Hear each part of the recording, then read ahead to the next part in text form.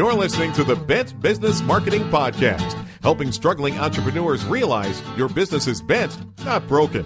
Let us help straighten things out.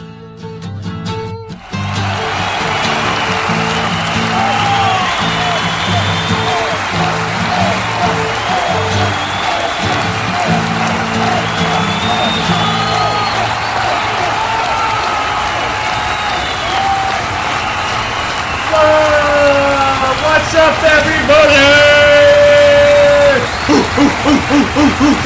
All right, everybody, okay, wow, thanks. Wow, you guys are awesome. All right, calm down now, we gotta start getting into this. Woo!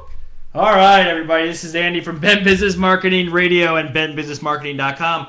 Coming to you with another episode of Bent Business Marketing Radio. Today I'm going to be talking about a blog post, Are You Ready to Garden? 6 Ways to Plant a Successful Business. Okay, I'm going to be the first to admit that I'm getting really irritated about this cold weather out here in Clinton, Iowa. Every day I wake up just anticipating a little bit warmer, and every day it seems to be getting a little bit colder. Man, today I went outside to go to the gym and it was like 14 degrees. This is craziness. Tomorrow, Wednesday, the 20th of March, is the first official day of spring, and I am sick of the cold weather.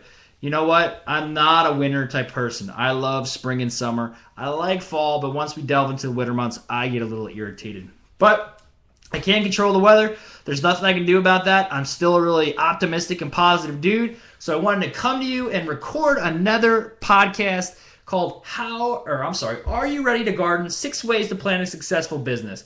Authored today, March 19th, 2013, by yours truly, Andy Sokolovich from BentBusinessMarketing.com. Without further ado, here we go.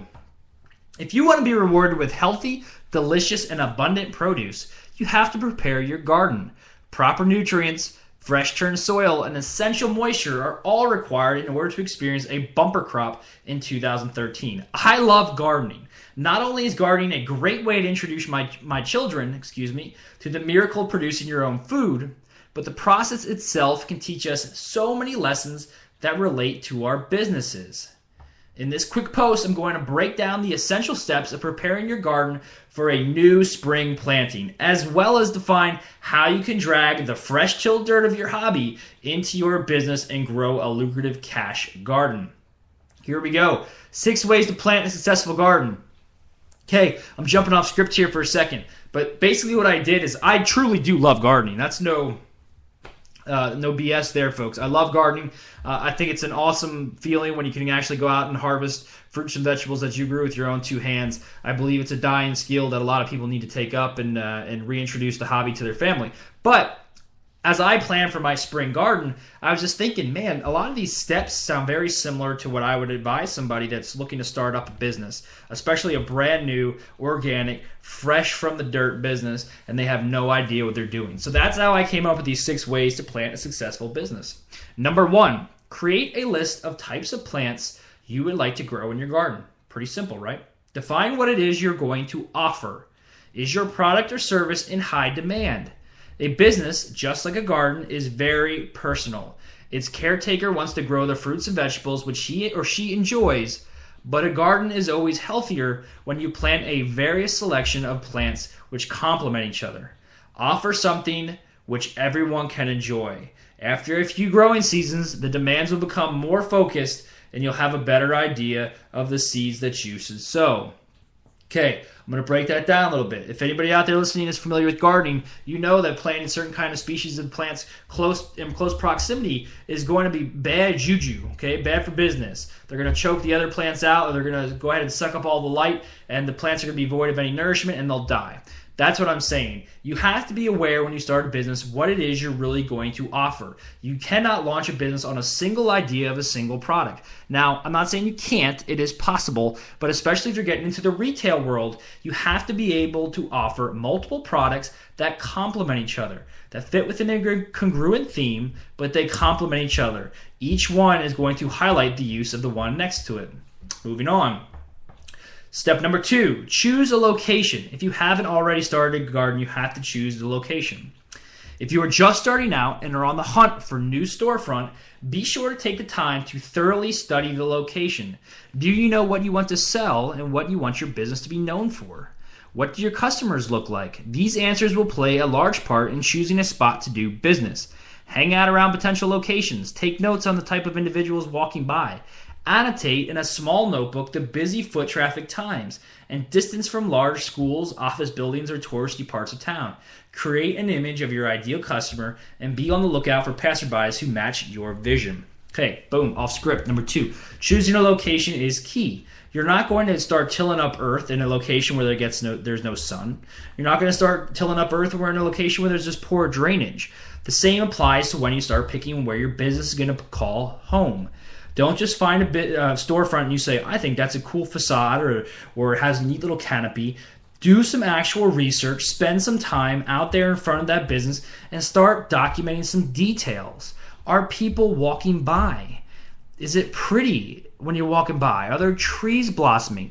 Is it close to major businesses like hospitals, office buildings, or attractive parts of town that could draw in tourists? Take all that into consideration. Now that'll probably affect the actual rent of the location or the purchase price that you're trying to get to. But all that stuff plays into you selecting the perfect spot for your new garden or business. Okay, number 3. Clear your eyes. I'm sorry. Number 3. Bam, I bounced. Skipped ahead. Number 3, clear the ground in your chosen spot and add nutrients and prepare the soil for hosting new life. Close your eyes tightly and imagine your business in action. What does it look like? Start decorating your new storefront. Be sure to allow your personality to shine. A business is an extension of its owner. Each intricate detail needs to convey a congruent theme. Appeal to the desires of your perfect customer or client. Add nutrients by designing an environment that is both attractive and easy to navigate. Notice how the sun shines through your new storefront during all hours of the day. Take that into consideration when determining seating arrangements. Examine each detail and look through the eyes of the customer. So here we're talking about actually tilling up the ground and choosing where our specific plants in our garden are going to go. So now we have a location. We've tilled it up. But now how are we going to arrange our plants? Just like we talked about earlier, arrangement is key. But what you need to do is sort of arrange your business, is to go in there and allow your personality to shine. Decorate your business in a way that you feel best represents you as a person. And now, again, we're going to do a little research. We're going to spend time in our new storefront, and we're going to see, where does the sun shine in? Are there cold corners? Are there corners that there's echoey? Does the acoustics bad? Take into consideration every square inch of your new storefront and just spend some time there and soak it all up and really absorb the energy that's in there. And that sounds kind of crazy, but what I want you to do is turn it into your second home. Number 4, ensure that your seeds receive water daily. The seeds are your customers in this case. Watering them means to provide them with the constant satisfaction of your service and product performance. Be sure to acknowledge them by name.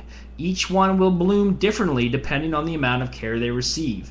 If you want all of your newly planted seeds to sprout, avoid selecting favorites. Treat each and every one just the same. At the end of the day, if you follow these rules, you will have a beautiful garden exploding with color and beauty. Again, we're using gardening as an example of how to cultivate a solid business plan, but what I'm telling you is that if you view your customers as seeds and you view your daily interactions with them as watering those seeds to eventually grow a big, beautiful, bountiful plant, then you have to provide a little water every single day. That means acknowledging all, not some. Do not pick favorites. Don't select those that spend the most money and really engage with them.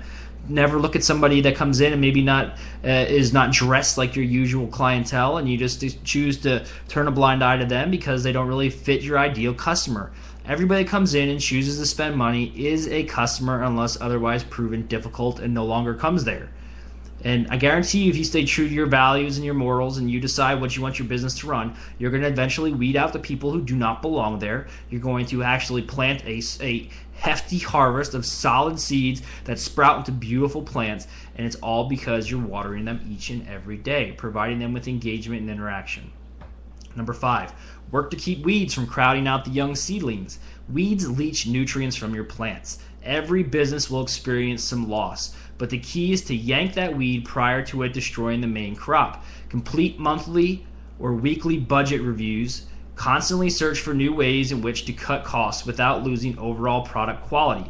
Weeds will also surface in the form of an employee. If you have someone on your payroll who's not earning their keep, take action to remove them, from the garden. Every cent counts when you were just starting out. I got the hiccups there. Okay, so if we're looking at our business as a garden, and everybody who gardens knows that there's going to be weeds that pop up. Now, weeds we're going to attribute to basically a loss. Every business is going to experience some loss, especially in the first couple years of establishing themselves and building a brand identity. You're going to try advertising, it doesn't work. You're going to try marketing, that doesn't work. They're going to spend money on something that you feel you definitely need to have, like an industrial printer or something like that, and it's going to prove that you could have done just the same with a $49 printer from Walmart. Either way, we're going to experience some loss. But you also have to look at your employees as possible weeds. If you employ somebody and they're sucking from your business, not only, I'm not talking money here, they're sucking the life out of your business, they're not engaging with the customers, they never have a smile, they come into work all the time with a bad mood. Sever those ties, yank that weed, and move on. Build a strong foundation around your business from the ground up, and start pulling those weeds that are leaching the nutrients from your business garden. Number 6, enjoy the process of being connected to what it is that you grow. True gardeners are never at work. They enjoy watching their plants grow. They take satisfaction in their efforts and are always looking forward to the next growing season. With each and every year, they learn from their past mistakes. The result is a bigger and better crop. Your business is alive, folks. Take joy in the fact that you are in control. You have been given total creative freedom to create a masterpiece. If you choose to work in your business rather than on your business, and I'm going to touch on that here in a second, your plants will wither and die. Get that, folks? Wither and die. So if you choose to work in your business as an employee and not on your business as the hired gun creative genius, your plants or your business will wither and die. There's a big difference. You know it because you've met people that work in their businesses. They grind every single day, and they look for some kind of reason why they have to be there. Maybe it's because nobody can just do it right. Nobody can do it like they do it. They have to be there to make sure everything gets done correctly. But that's so bad because that breaks you down mentally and physically as the business owner, as the creative genius, as the lifeline of that company. Now, if you're working on your business, then you're smart. You've hired people to sit around you that know what it is they're doing. You've hired people to generate a massive amount of income utilizing your system that you set up while you sit back and work on your business. Work on growing it. Work at building another location. Work at turning it into a franchise. Sky's the limit, folks, but you have to learn how to work on your business and not in it. Here's a quick quote from Herbert Ernest Bates. A gardener should be in constant state of fluid change, expansion, experiment, and adventure. Above all, it should be in an inquisitive, loving, but self-critical journey on the part of its owner. Constantly expanding, constantly changing. And I'm not saying product or service offering, but the business should be constantly growing. I acknowledge my business in the short amount of time that I've been in business since September of last year. Crazy, only 6 months or so. But I can actually look back at the posts that I did back in August and September and look at that stuff and go, man, what was I thinking? I've grown. I've learned and I've adapted and I've grown in such a quick way and a kind of aggressive way that it's amazing how different and a massive amount of change that my business has undertook in such a short amount of time. So that's why I thought that quote from Herbert Ernest Bates was very appropriate for this post. I hope you guys enjoy my content. You know, I really love feedback. So please send me an email at andy@bentbusinessmarketing.com and just let me know if what I'm doing makes a difference. I had a very engaging conversation with somebody the other day, the woman who owns a business here in town, and she applauded my efforts and told me not to give up and that people were actually listening. But very few people tell me that. And we all need some kind of satisfaction at least acknowledgement for our efforts if we feel like we're doing a good job. I enjoy what I'm doing. I have no intentions of ever quitting this, but it still feels good when somebody gives you a pat on the back and tells you good job. So if you guys want to do that for me, I would appreciate it. Andy at bentbusinessmarketing.com. Also, go ahead and visit our site, obviously, bentbusinessmarketing.com, and facebook.com/bentbusinessmarketing. Also, be sure to tell your friends about us. If you like what we're doing and you enjoy listening to this Spreaker podcast, we're going to try to crank it up a few notches here in the near future, try to get into an actual podcasting studio where we have great acoustics, amazing equipment, and I can start bringing in guests within the local community. My goal is to not just make this about marketing or business in general, but it's going to be a podcast and a weekly radio show where I take the ongoing modifications of downtown Clinton and I bring that to you in an audible format so everybody stays within the creative loop.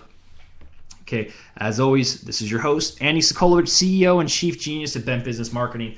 I wish you guys a blessed rest of your week, an awesome weekend, and please feel free, again, to give me a call, too, 815-441-2219, 815-441-2219. See you.